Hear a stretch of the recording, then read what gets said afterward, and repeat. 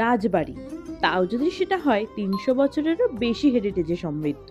আর সেখানে নাকি মাত্র ১,৫০০ টাকায় তুমি থাকতেও পারবে। তাহলে কেমন হয় বলো তো? তাহলে আজ তোমাদের খোঁজ দেব কলকাতা থেকে মাত্র ১.৫ ঘন্টা দূরে অবস্থিত ইতিহাসের এক দোরগোড়ায়।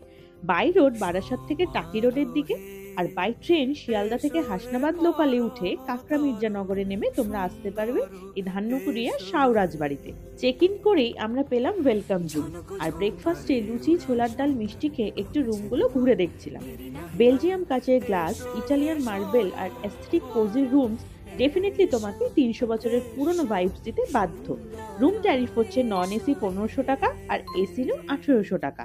এরপর সাইট সিং এ বেরিয়ে দেখে আসলাম সাউদের বাগানবাড়ি, জগন্নাথ মন্দির, রাস মন্দির, গায়ন রাজবাড়ি, সত্যজিৎ রায় বিনোদন পার্ক। আর এত সুন্দর জায়গাগুলোর ইতিহাস ঘেটে রাজবাড়ি ফিরে এসে চিকেন থালি দিয়ে লাঞ্চ করে এবার বেরিয়ে পড়লাম রাজবাড়িটা এক্সপ্লোর করতে। এখানের ইউরোপিয়ান টেক্সচার, মনোমুগ্ধকর দালান, ঠাকুর ঘরের দালান আর এই অ্যাস্থেটিক ছাদে ঘুরতে ঘুরতে তুমি যেন এক অদ্ভুত দুনিয়াতে চলে যাবে, যা ভাষায় প্রকাশ করা যাবে না। তো শহরের ব্যস্ত কোলাহল থেকে এরকমই শান্তির যারা খোঁজ করছো, তাড়াতাড়ি কন্ট্যাক্ট করে নাও স্ক্রিনে দেওয়া নাম্বারে। আর এখানে কিন্তু প্রি ওয়েডিং শুটও তোমরা করতে পারবে মাত্র ৩,০০০ টাকায়। আর সন্ধ্যাবেলায় চা পকোড়ার সাথে জমে উঠেছিল রাজবাড়ির নানান গল্প। আর তোমরা চাইলে শাও টেম্পলের সন্ধ্যা আরতিও কিন্তু দেখতে পারবে। আর রাতের ডিনারে রুটি, ডিম তড়কা খেয়ে একটা দারুণ দিন কাটালাম। তো রিলটা শেয়ার করে দাও আজই তোমার ফ্রেন্ডস আর ফ্যামিলির সাথে, and do check the captions and follow for more.